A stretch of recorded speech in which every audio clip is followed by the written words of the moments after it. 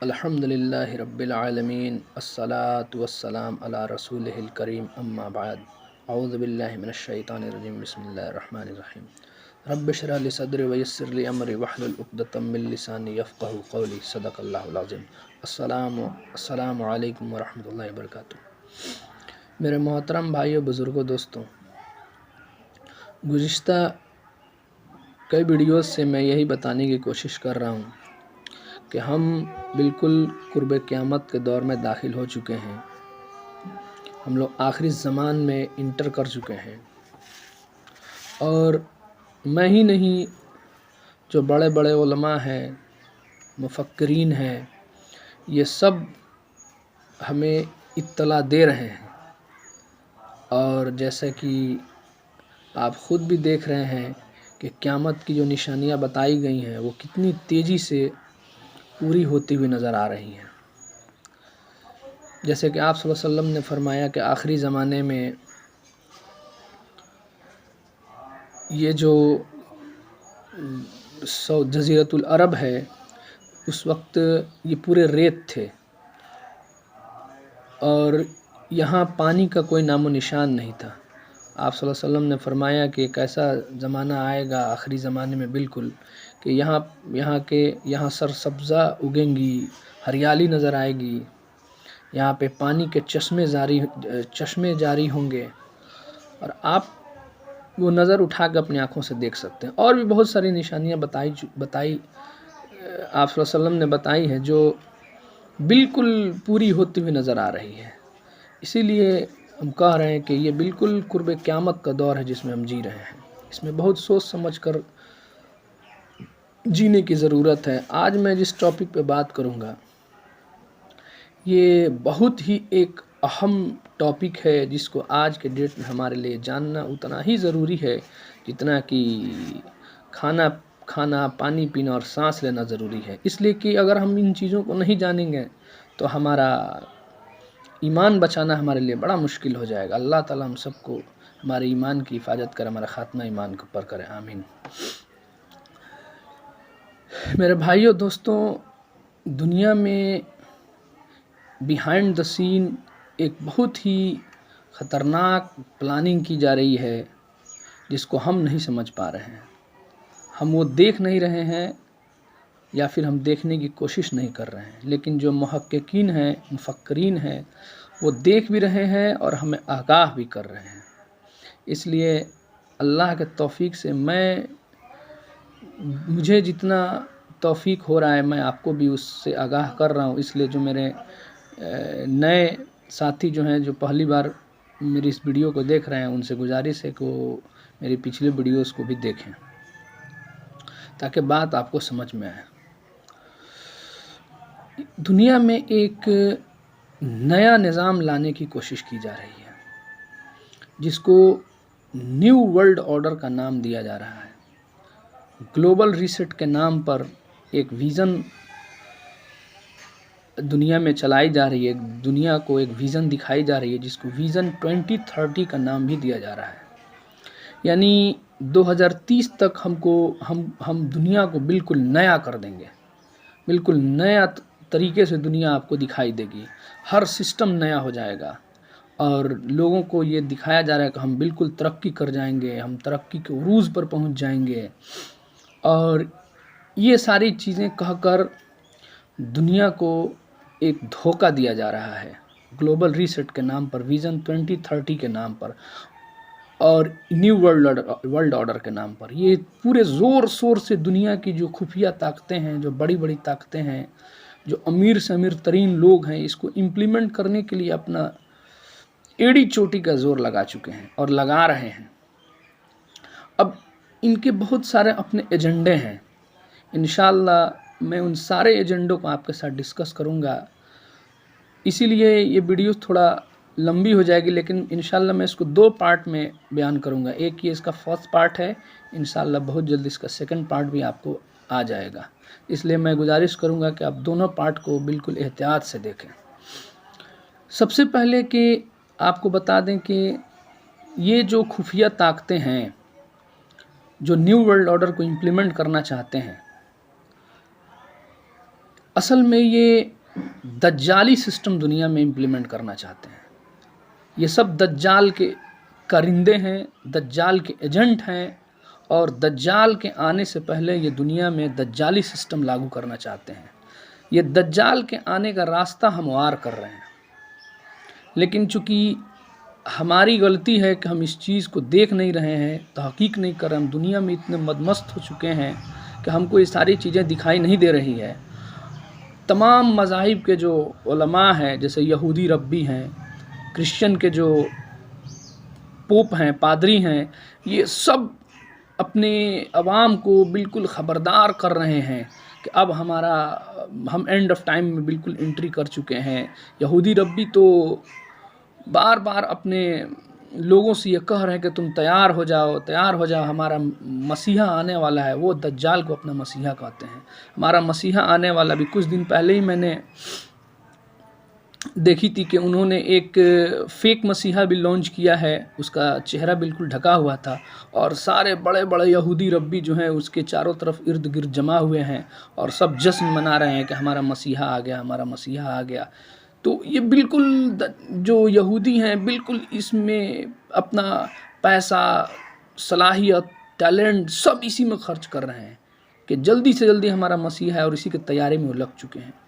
Christian के भी पादरी जो हैं अपने लोगों को खबरदार कर रहे हैं कि बिल्कुल हमारा मसीह, उनका मसीह जो अपने आप ईसा अलैहिस्सलाम को कहते हैं, बिल्कुल आने का उनका टाइम हो चुका है, तुम तैयारी करो। और वो लोग तैयारी बिहाइंड द सीन कर भी रहे हैं। अगर तैयारी नहीं हो रही है तो हम मुसलमानों की नहीं हो रही है, क्योंकि हम उस चीज़ पे तवज्जो ही नहीं दे रहे हैं ना। हम तो सिर्फ कमाने, खाने में, दुनियावी तरक्की करने में लगे हुए हैं। हमारी उस तरफ तवज्जो ही नहीं है। और हमारी एक बहुत बड़ी कमी है कि जो हमारे उलमा हज़रात हैं वो भी उस पर खुल के बात नहीं कर रहे हैं। कुछ मुफक्किरीन उलमा है जो लोगों को ख़बरदार कर रहे हैं, लेकिन अक्सर यही है कि बिल्कुल खामोश हैं। मैं उनसे भी गुजारिश करूँगा कि आप बिल्कुल खुल के मैदान में आएँ और लोगों को जो बात है बताएं और लोगों को ख़बरदार करें। अल्लाह ताला हम सबको तौफीक दें।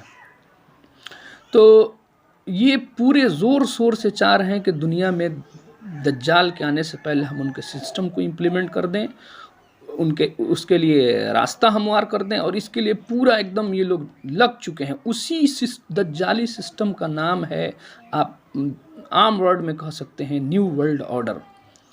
उसी सिस्टम का नाम है विज़न 2030, जिसको चाहते हैं कि 2030 तक किसी भी तरह हम इम्प्लीमेंट इसको लागू कर दें। इसलिए कि मैं बार बार कह रहा हूँ कि बिल्कुल एंड ऑफ टाइम है। एंड ऑफ टाइम में यानी कुर्बे क़यामत दज्जाल भी ज़ाहिर होगा, हज़रत महदी भी आएंगे, और भी बहुत सारे इंसिडेंट होंगे। तो उनको भी ये पता चल चुका है कि बिल्कुल दज्जाल के आने का, क्योंकि वो भी जानते हैं कि हज़रत मोहम्मद सल्लल्लाहु अलैहि वसल्लम की हर एक कही हुई बात बिल्कुल हक़ है, सच है, और उस पर वो तहकीक भी कर रहे हैं। ये हमारी कमी है कि हम जिन आप सल्लल्लाहु अलैहि वसल्लम की हदीसों से हमको रहनुमाई मिलनी चाहिए, हम उस पर तवज्जो नहीं दे रहे हैं, तो वो उससे उस चीज़ को टेकअप कर रहे हैं और उसके मुताबिक प्लानिंग कर रहे थे। हालांकि आप सल्लल्लाहु अलैहि वसल्लम ने हमें आगाह किया था, अपनी उम्मत को आगाह किया था कि तुमको ये आगाह कर रहा हूँ कि तुम प्लानिंग कर लेना ताकि उससे बच सकोगे। लेकिन अफसोस कि हम कुछ नहीं कर रहे हैं।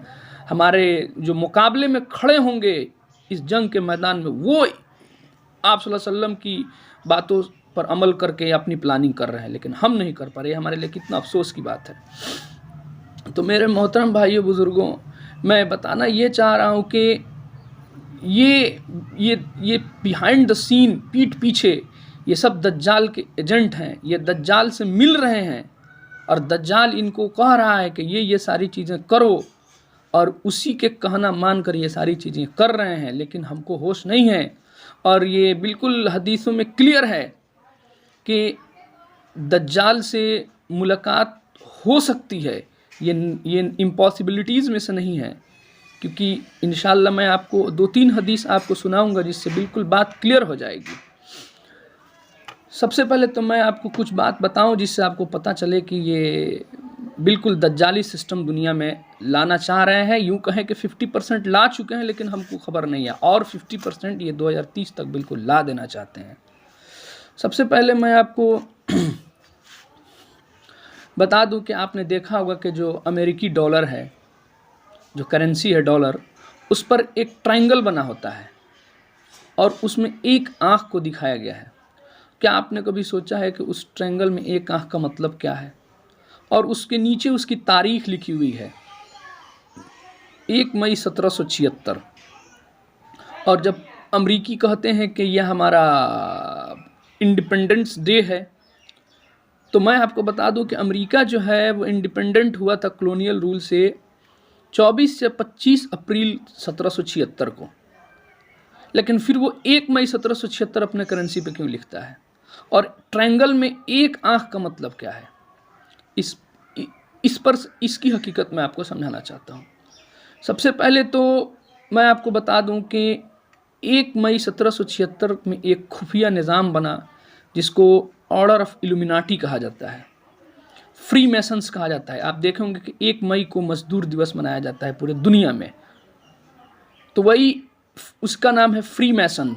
और इसी की स्थापना जो हुई थी, इसी की फाउंडेशन जो हुई थी, प्रोफेसर वाइसॉप ने 1 मई 1776 को की थी, जिसको ऑर्डर ऑफ इल्यूमिनाटी का नाम दिया गया। आज के डेट में वही ऑर्डर ऑफ इल्यूमिनाटी जो है खुफिया ताकत बन गया है, दज्जाल का एजेंट बन चुका है, एक शैतानी ग्रुप बन चुका है। और यही सारी और दुनिया के अमीर से अमीर तरीन लोग इस सिस्टम का हिस्सा हैं। वर्ल्ड इकोनॉमिक फोरम इसी के लिए बनाया गया। आप वर्ल्ड इकोनॉमिक फोरम में जो क्लास श्वाब इनका चीफ है, आप उसकी स्पीचेज जाके सुन लें। बिल्कुल न्यू वर्ल्ड ऑर्डर को इम्प्लीमेंट करने के लिए वो खुल के बातें अब कर रहा है। पहले तो छुपी छुपाई करता था, खुल के कर रहा है।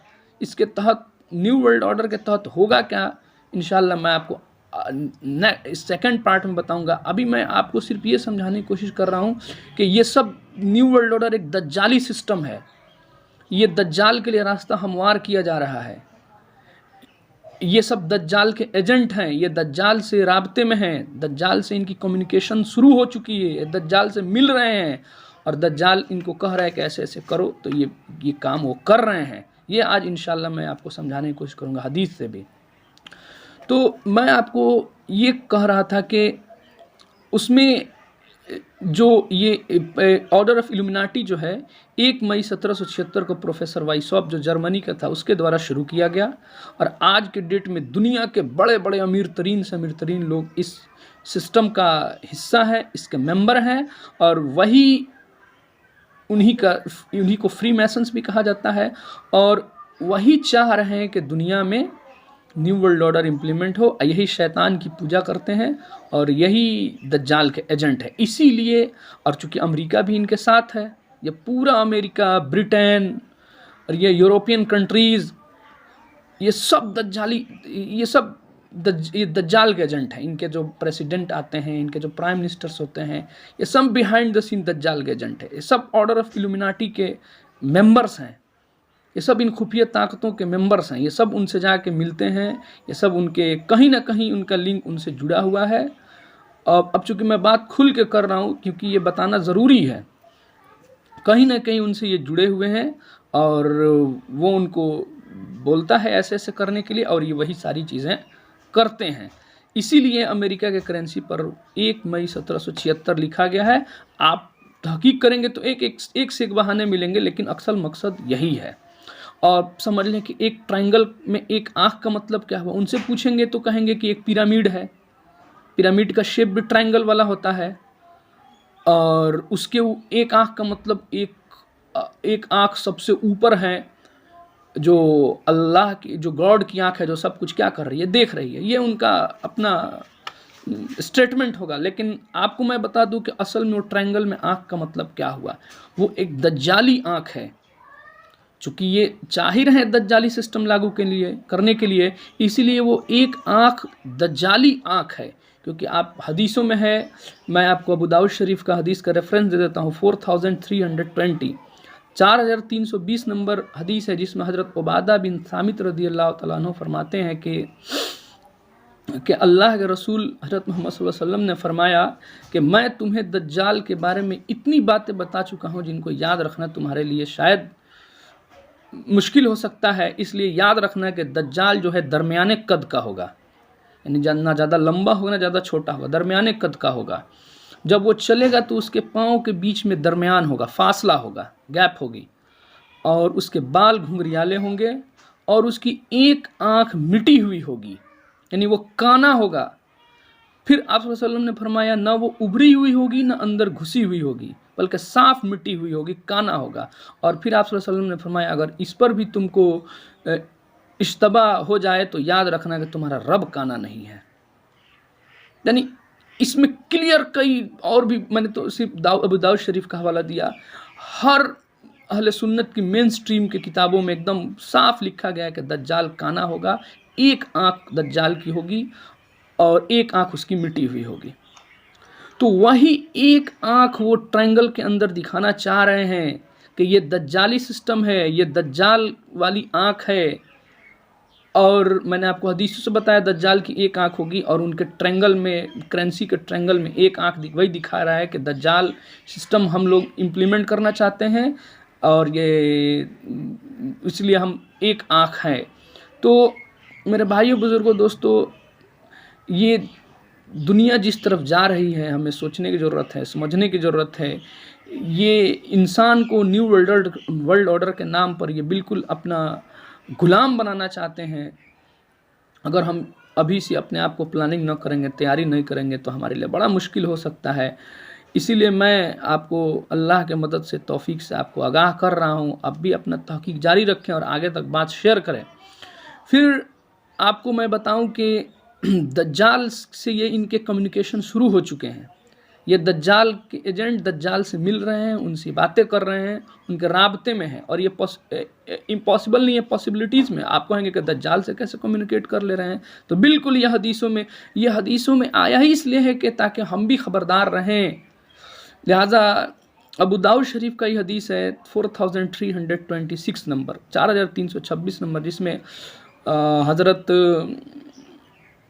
फ़ातिमा बिनते कैस रदी अल्लाह तआला अन्हा फरमाती हैं कि एक दफ़ा आप सल्लल्लाहु अलैहि वसल्लम ने नमाज़ पढ़ाई और एक मुनादी ने आवाज़ लगाया और सब नमाज के लिए जमा हो गए। आप सल्लल्लाहु अलैहि वसल्लम ने नमाज़ पढ़ाई और सबको बैठने के लिए कहा और आप सल्लल्लाहु अलैहि वसल्लम हंसते हुए मिंबर पे जा बैठे। फिर आपने और सब लोग अपनी जगह पे बैठ गए, सबको बैठने का हुक्म दिया और कहा कि लोगों, आज मैं तुम्हें इसलिए जमा नहीं किया हूँ कि मैं तुम्हें जन्नत का शौक़ दिलाऊँ और जहन्नम से डराऊँ, बल्कि इसलिए जमा किया कि तमीमदारी मेरे पास आए थे और वो एक नसरानी थे। वो आए और मेरे हाथों पर बैत की और इस्लाम ले आए। उन्होंने कहा कि हम एक समुद्री सफ़र पे थे और उसमें तूफ़ान आया, समुंदर में लहरें आई, जिसके वजह और हम कश्ती पे 30 आदमी थे, जिसमें बनी जज़ाम और बनी लखम के भी हम लोग मिला के 30 आदमी थे।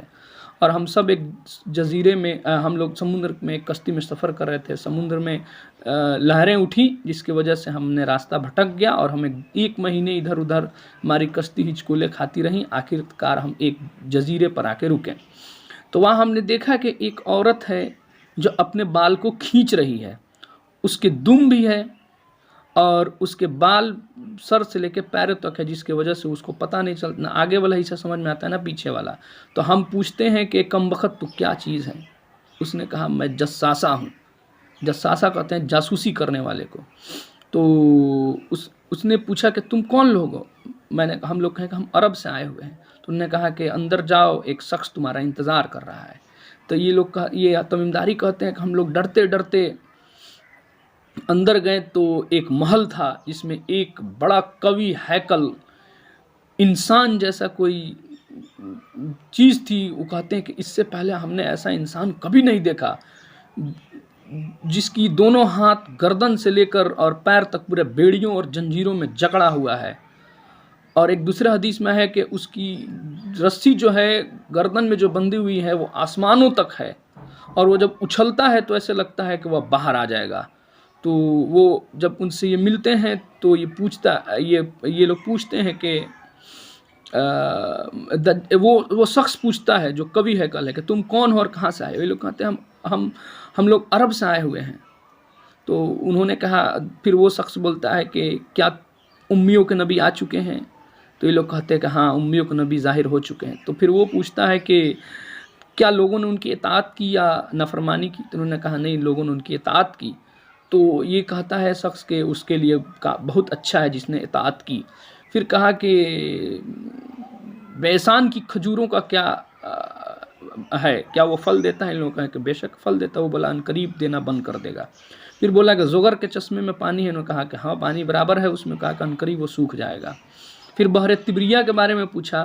फिर आखिरी में कहा कि मैं दज्जाल हूँ, मैं मसीह दज्जाल हूँ और अनकरीब मुझे अल्लाह इजाज़त दे देगा और मैं इन बेड़ियों से आज़ाद हो जाऊँगा। मेरे मोहतरम भाइयों बुज़ुर्गों दोस्तों, ये हदीस सुनाने का मतलब ये था कि फिर आप सल्लल्लाहु अलैहि वसल्लम ने ये इशारा किया कि दज्जाल शाम के किसी समंदर में है। फिर कहा नहीं यमन के समंदर में है। फिर कहा नहीं मशरिक़ के किसी जजीरे में कैद है। फिर आप सल्लल्लाहु अलैहि वसल्लम ने 2 बार हाथ से इशारा किया, कहा कि हाँ मशरिक़ के किसी जजीरे में कैद है। तो मेरे भाइयों मेरे मोहतरम दोस्तों, मैं बताना ये चाह रहा हूँ कि दज्जाल से कम्युनिकेट करना कोई इम्पॉसिबिलिटीज़ में नहीं है। जब तमीमदारी उनसे मिल चुके हैं तो यह हदीस आप सल्लल्लाहु अलैहि वसल्लम का बताने का मकसद है कि कोई और भी उससे मिल सकता है, ये इम्पॉसिबल नहीं है। हो सकता है कि ये लोग दज्जाल से मिल चुके हों। चूँकि मैं कह रहा हूँ ना कि यह हदीस तहकीक कर रहे हैं तो उनको मिला होगा कि दज्जाल से मिला जा सकता है, तो ये लोग मिल चुके होंगे और दज्जाल भी इनसे मिल चुका होगा। ये कम्युनिकेट कर चुके हैं। अब चूँकि ये भी दज्जाली एजेंडा पे काम कर रहे हैं, ये भी दज्जाल इनका मसीहा है यहूदियों का, इन सब का, तो ये मिल चुके होंगे और वो जो कहता है ये लोग कर रहे होंगे। इसीलिए मैं कह रहा हूँ कि ये न्यू वर्ल्ड ऑर्डर ये हमारे लिए फांसी का फंदा है जिसको ये 2030 तक इम्प्लीमेंट करना चाहते हैं। और ये दज्जाल के सब एजेंडे हैं, कारिंदे हैं, दज्जाल से मिल चुके हैं जो दुनिया को कंट्रोल करना चाहते हैं और कंट्रोल करके दुनिया के तमाम पावर्स को अपने अंडर में लेकर, और जब दज्जाल बाहर आएगा तो इनके सुपुर्द करना चाहते हैं, इनको दे देना चाहते हैं। लेकिन वो चाहते हैं कि दज्जाल के आने से पहले हम खुद दज्जाल के लिए रास्ता हमवार कर सकें ताकि दज्जाल के नज़र में हम सबसे उसके ख़ास कारिंदों में से हो जाएं। तो मेरे मोहतरम भाइयों बुज़ुर्गों दोस्तों, हमें समझने की ज़रूरत है, हमें अपने आमाल को बढ़ाने की ज़रूरत है, हमें ईमान को मजबूत करने की ज़रूरत है। और जब ये इम्प्लीमेंट कर चुकेंगे और जब ये अपना बिल्कुल अपना सिस्टम, इनका जो मकसद है 2030 तक लागू करने, लागू कर देंगे बिल्कुल, तो फिर इसी सारी सिस्टम्स को ख़त्म करने के लिए अल्लाह ताला दुनिया में हज़रत महदी को भेजेंगे। और इसी सिस्टम को ख़त्म करने के लिए ये दज्जाली सिस्टम जो ये लोग तय करेंगे, लगाएंगे, दज्जाली सिस्टम जो इम्प्लीमेंट करेंगे, इसी को ख़त्म करने के अल्लाह ताला हज़रत महदी को भेजेंगे। हज़रत महदी का ज़हूर होगा। तो अब तो खुल के बातें आ रही हैं कि 2030 तक दज्जाल ये सिस्टम लागू कर देना है। इसका मतलब है कि हज़रत महदी का भी ज़हूर बिल्कुल करीब है। और इंशाअल्लाह आगे के वीडियो में मैं आपको बिल्कुल हज़रत महदी का हदीसों से इंशाअल्लाह आपको बताऊंगा कि कब तक उनका ज़हूर हो सकता है। तो इसी सारी सिस्टम को ख़त्म करने के लिए हज़रत महदी को अल्लाह दुनिया में भेजेंगे। और इससे रिलेटेड हदीस भी है, मुस्लिम शरीफ की हदीस है, इब्न सय्याद वाले चैप्टर्स का बिल्कुल आखिरी की 2 हदीसें हैं इब्न सय्याद वाले चैप्टर्स में। उसमें हज़रत अब्दुल्ला इब्न उमर रदियल्लाहु तआला अन्हु फरमाते हैं कि मदीना के किसी गली से मैं जा रहा था तो मेरी मुलाकात इब्न सय्याद से हुई। असल में उस वक्त इब्न सय्याद एक यहूदी घराने में पैदा हुआ एक बच्चा था जो बाद में इस्लाम ले आया।